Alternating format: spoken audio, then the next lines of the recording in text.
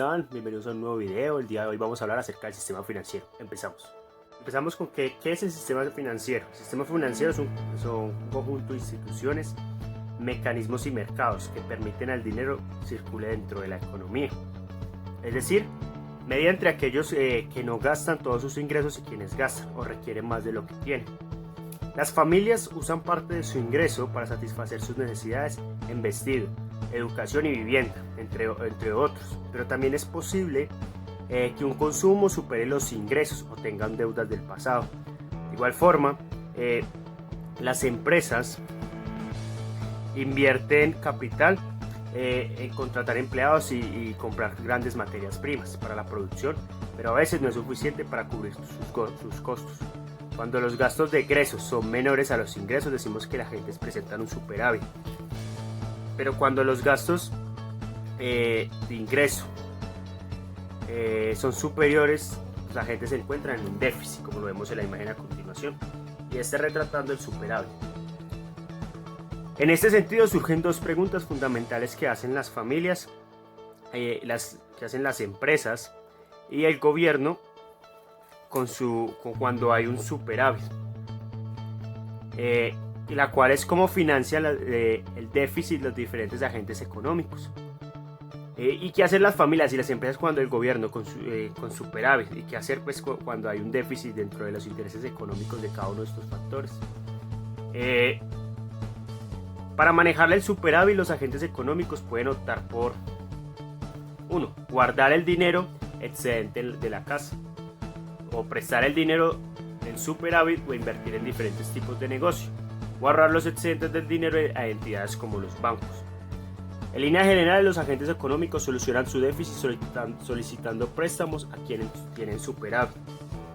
Sin embargo, en la mayoría de los casos, las necesidades de uno y otros concuerdan por varias razones. Por ejemplo, la cantidad de dinero disponible no es la misma que la requerida, o no hay coincidencia en el costo del crédito, o simplemente existe una desconfianza entre los agentes económicos.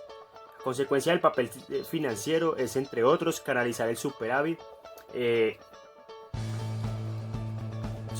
unos y dirigirlo hacia el déficit de otros, bien sea a través de intermediarios como los bancos privados, o bien sea a través o sin intermediarios, en cuyo caso se acude al mercado bursátil.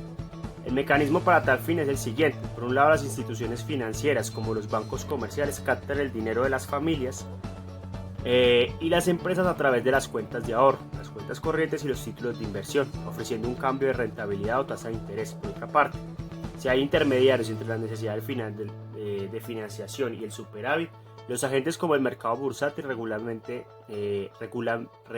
la emisión de acciones, que en el mecanismo más usado. Ahora bien, no todo el dinero que circula en la economía ha sido canalizado por el sistema financiero, trasladando los recursos entre los agentes de superávit a los que poseen el déficit. De hecho, gran parte de este fue emitido por una única institución llamada el Banco Central, encargada de realizar la emisión primaria de dinero y garantizar su valor.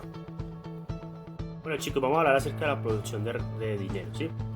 Reflexionemos sobre la siguiente pregunta: ¿qué pasaría si fuera posible producir monedas y billetes según se necesite? Lo más probable es que todos se apresuraran a fabricar grandes cantidades de dinero, lo que provocaría la pérdida de su valor.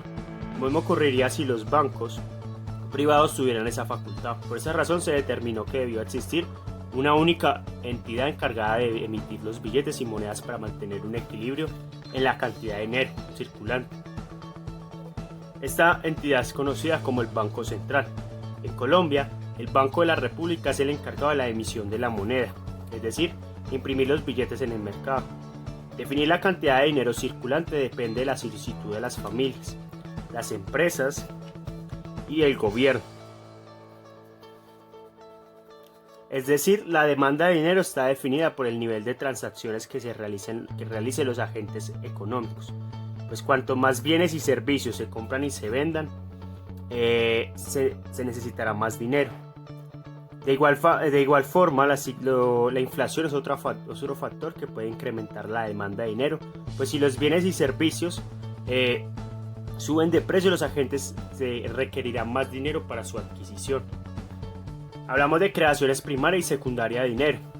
Una vez definida la cantidad de dinero necesaria, se detienen dos procesos de emisión. La creación primaria de dinero, que el Banco Central crea el dinero y lo pone a circulación a través de los mecanismos como la compra de divisas que están en el mercado y los préstamos de banca privada y los créditos al gobierno para financiar las políticas. La creación secundaria del dinero, la expansión de la base de la monetaria del dinero que hay en la economía, gracias a los créditos que se realizan los bancos o los agentes económicos, se realiza a través de los mercados financieros y no presentan una creación de nuevos billetes y monedas. Se llama la creación secundaria porque son los bancos privados quienes generan dinero mediante los préstamos que le realizan a los agentes económicos. Así se presenta el efecto de multiplicación del dinero, sin la creación física de billetes y monedas. Esta es la posible ganancia. Ganancias que las inversiones son pagadas en diferentes plazos a futuro. Los bancos privados deben mantener un porcentaje de dinero que no pueda prestarse denominado encaje bancario o reservas, que garantiza el pago de los ahorros cuyo tiempo de restribución es corto. El dinero invertido en cuentas bancarias es retribuido a un muy corto plazo, puesto que en cualquier momento puede realizar una extracción del consumo. En el caso del Banco de la República, además de las funciones de la emisión de la monetaria, el Banco de la República tiene dos objetivos fundamentales. En primer lugar, promover el control de la inflación y en segundo lugar, definir la política bancaria. Cuando hablamos del control de inflación, imagina que el Banco Central de un país decide prestarles a los bancos cierta cantidad de dinero, sin tener en cuenta el nivel de transacciones económicas. Los bancos comenzarían a prestar mayores sumas de dinero y los agentes, al tener más acceso a los créditos e incrementar su consumo, sin embargo, como la expansión monetaria y el incremento de los niveles de consumo no van acompañados del aumento de la producción de bienes y de servicios, aumentaría la inflación. Por esta razón, el Banco de la República procura mantener la emisión monetaria acorde a los niveles de producción de bienes y servicios de la economía. En otras palabras, significa que la emisión de la monetaria debe estar respaldada por la cantidad de producción de la economía. Y una segunda instancia sería la política cambiaria. El Banco de la República también es el encargado de administrar las reservas de moneda extranjera que resultan en los intercambios realizados con otros países. En este sentido, el Banco Central puede intervenir en el mercado de divisas, haciendo uso de las reservas para mantener una tasa de cambio deseada. Por ejemplo, si el valor del dólar con respecto al peso aumenta demasiado, el banco puede vender las reservas internacionales bajo para que el precio disminuya. Las funciones del Banco de la República se encuentran en el artículo 371 de la Constitución, lo que define como una entidad autónoma, a diferencia de otros bancos centrales.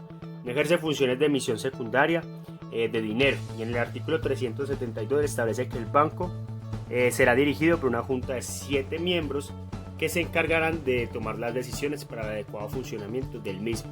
Algunos de ellos son elegidos por el gobierno. Tenemos también los mercados financieros, que es un lugar tangible e intangible, donde se realizan transacciones de activos financieros.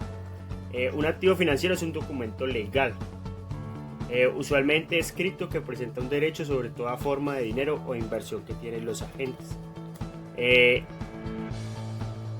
Entre los diferentes activos financieros se encuentran las monedas, los billetes en circulación, el dinero bancario, las cuentas corrientes, el ahorro, los certificados del depósito determinados como CDT, la deuda pública y privada y las acciones, entre otros. Así, los mercados financieros integran la necesidad y las opciones de la inversión de los agentes económicos, financiando la demanda de dinero de unos y preservando el incremento del valor de dinero de otros. Dado que el principal interés de los agentes es realizar inversiones que les permitan obtener mayor poder adquisitivo, deben tener en cuenta 3 aspectos al intervenir en algún tipo de financiero.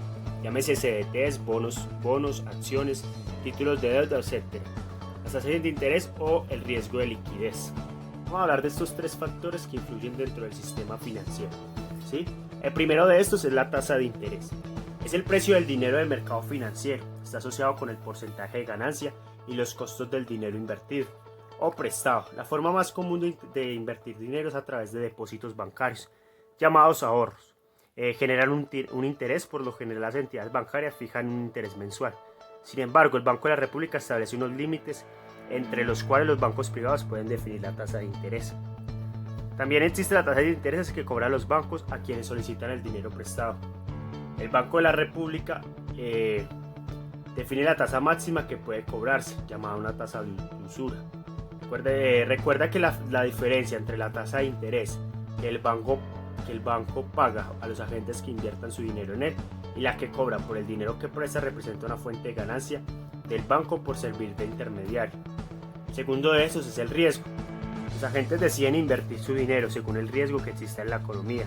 Si los precios de los bienes y servicios están subiendo, el riesgo de mantener el dinero en la casa es alto. Por lo tanto, los agentes preferían intervenir antes que guardarlo. Del mismo modo, si por alguna razón los bancos privados no tienen la credibilidad o se sospecha que los depósitos de dinero corren el riesgo de no ser recuperados, los agentes preferirían mantener los billetes y las monedas en su poder. Y el tercero es la liquidez. La cantidad de dinero que las personas guardan en sus bolsillos se denomina liquidez. Recibe dicho nombre porque es la forma como se realizan los intercambios de manera más fácil y rápida. Imagina que quieres comprar huevos y leche en la tienda de tu barrio. Es poco probable que el tendero reciba una tarjeta de plástico en vez de dinero en efectivo. El dinero plástico, los cheques son menos líquidos que los efectivos, pues requieren un tiempo para convertirse en billetes y monedas. En ese sentido, la liquidez desempeña un papel muy importante dentro de la decisión del inversor. Aunque los grandes supermercados, centros comerciales y tiendas de artículos pueden adquirir bienes y servicios con dinero bancario, las familias mantienen cierta cantidad de dinero en forma de billetes y monedas para acceder al servicio como el transporte.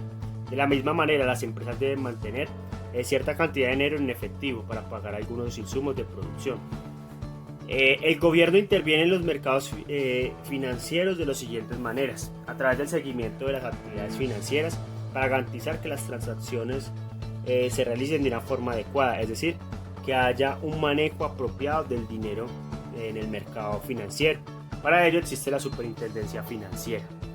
Mediante la emisión de bonos o títulos de dinero, eso al igual que los bonos privados, son papeles que en el futuro serán convertidos en dinero, al que se suma el valor de la rentabilidad.